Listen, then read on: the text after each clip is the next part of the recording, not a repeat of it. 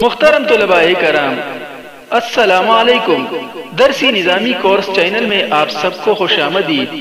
اس channel میں آپ کو ملیں گے ہر درسی کتاب کے مکمل دروس، تو جلدی کیجئے ہمارے چینل کو سبسکرائب کیجئے اور ساتھ میں گھنٹی کا بٹن بھی دبائیے تاکہ ہمارا ہر درس آپ کو بروقت ملے۔ اللہ تعالی ہم سب کو سننے، سمجھنے، عمل کرنے اور اخلاص کی توفیق عطا فرمائے، آمین یا رب العالمین۔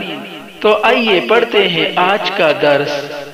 نحمدہ ونصلی علی رسولہ الکریم، اما بعد فاعوذ باللہ من الشیطان الرجیم، بسم اللہ الرحمن الرحیم۔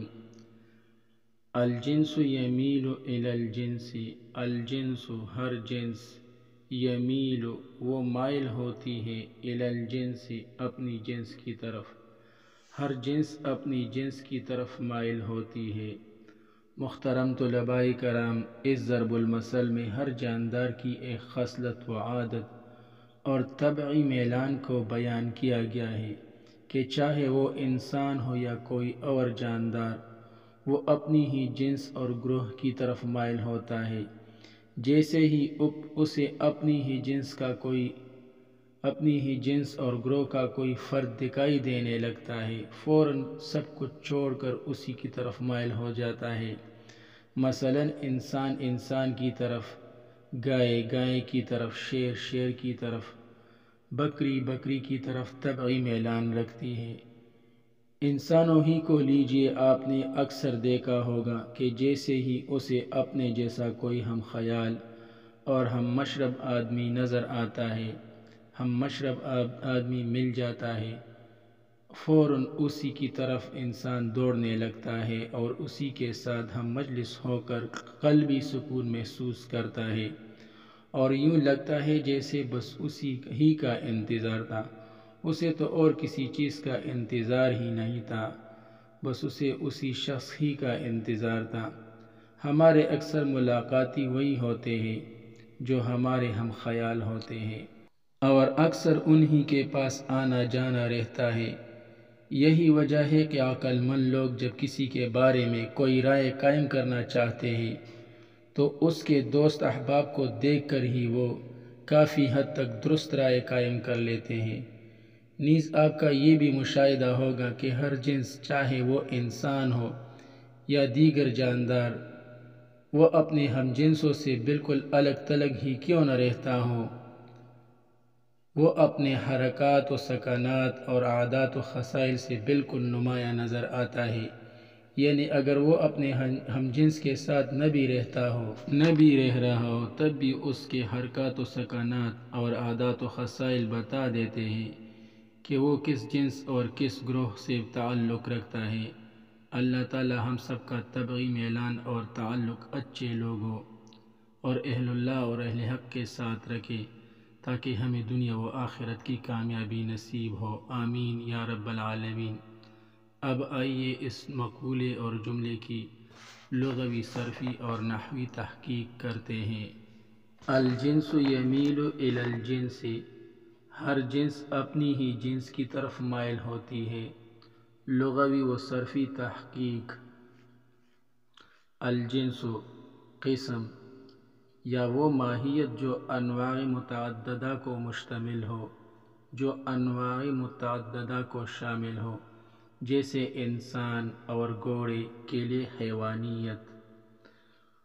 الجنس یہ واحد ثلاثی مجرد صحیح کا صیغہ ہے، اس کی جمع اجناس آتی ہے۔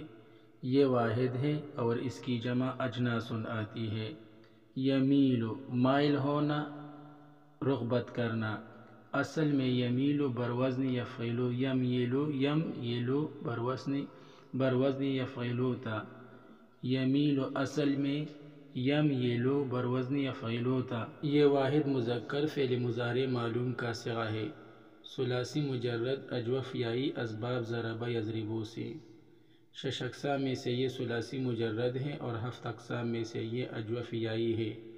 غین کلمہ کی جگہ پر یا ہے، اس وجہ سے اس کو اجوف یائی کہتے ہیں، اور باب ضرب یضرب سے ہیں۔ یمیل جو کہ اصل میں یمیل تھا، بروزن یفعل، چونکہ اس میں یا مکسور اور اس کا ماقبل حرف صحیح ساکن تھا۔ یہ دیکھیں اس میں یا مکسور ہے یم یلو میں، اور اس کا ماقبل حرف صحیح یعنی میم ساکن ہے، تو چونکہ اس کی یا مکسور اور اس کا ماقبل حرف صحیح ساکن یعنی میم ساکن تھا، تو اس وجہ سے یا کی حرکت ماقبل حرف یعنی میم کو دیا۔ یہ دیکھیں یا کی حرکت جو ہے یہ ماقبل حرف میم کو دے دیا گیا، تو یم یلو سے یمیلو ہو گیا۔ اس میں یقولو اور یبیعو کا قانون جاری ہوا ہے، یعنی اس میں بھی یقیسو کی طرح یقولو اور یبیعو کا قانون جاری ہوا ہے، جو آپ المرء یقیس علی نفسہ میں پڑھ چکے ہیں۔ مائلن رغبت کرنا، یہ اس کا مصدر ہے مائلن یعنی رغبت کرنا، رجحان کرنا، اور صرف صغیر ہے مال یمیل مائلن فہو مائل۔ نحوی تحقیق۔ الجنس مرفوع لفظاً مبتدا، مرفوع تو اس وجہ سے ہے کیونکہ یہ مبتدا ہے اور مبتدا مرفوع ہوا کرتا ہے، لفظاً اس وجہ سے ہے کیونکہ رفع پر تلفظ ہو رہا ہے۔ یہ جنسوں میں جو سین ہے اس پر جو پیش ہے اس پر باقاعدہ تلفظ ہو رہا ہے، تو اس وجہ سے یہ مرفوع لفظاً ہے، اور مبتدا اس وجہ سے ہے کیونکہ یہ معرفہ ہے اور معرفہ مبتدا ہوا کرتا ہے۔ یمیل یہ فعل ہے اور اس کے اندر ہوا ضمیر ہے جو کہ اس کا فاعل ہے اور راجع بسوئے مبتدا ہے، یعنی یمیلو کے اندر ہوا فاعل ہے اور وہ جو ہے وہ الجنس و مبتدا کی طرف راجع ہے۔ الی حرف جار الجنس مجرور لفظاً، مجرور تو اس وجہ سے ہے کیونکہ اس پر حرف جار داخل ہوا ہے، اور لفظاً اس وجہ سے ہے کیونکہ جر پر باقاعدہ تلفظ ہو رہا ہے۔ جار یعنی الی اور مجرور یعنی الجنس مل کر دونوں متعلق ہوئے فعل یمیلو کے ساتھ۔ فعل یمیلو اپنے فاعل ہوا اور متعلق یعنی الی الجنسی کے ساتھ مل کر جملہ فعلیہ خبریہ مرفوع محلاً ہو کر خبر۔ جملہ فعلیہ تو اس وجہ سے ہے کیونکہ اس کے شروع میں یمیل فعل ہے، اور جس جملہ کے شروع میں فعل آئے وہ جملہ فعلیہ ہوا کرتا ہے۔ جس جملہ کے شروع میں اسم آئے وہ جملہ اسمیہ، اور جس جملہ کے شروع میں فعل آئے وہ جملہ فعلیہ کہلاتا ہے۔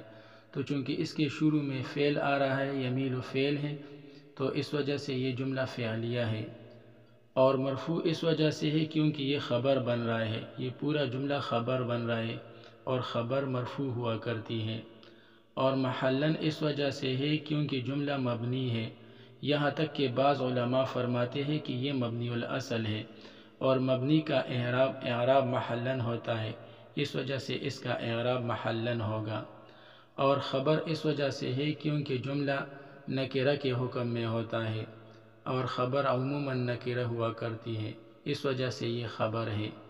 تو چونکہ یہ جملہ عموماً نکرہ ہوا کرتی ہے تو اس وجہ سے یہ کیا ہے، یہ خبر ہے۔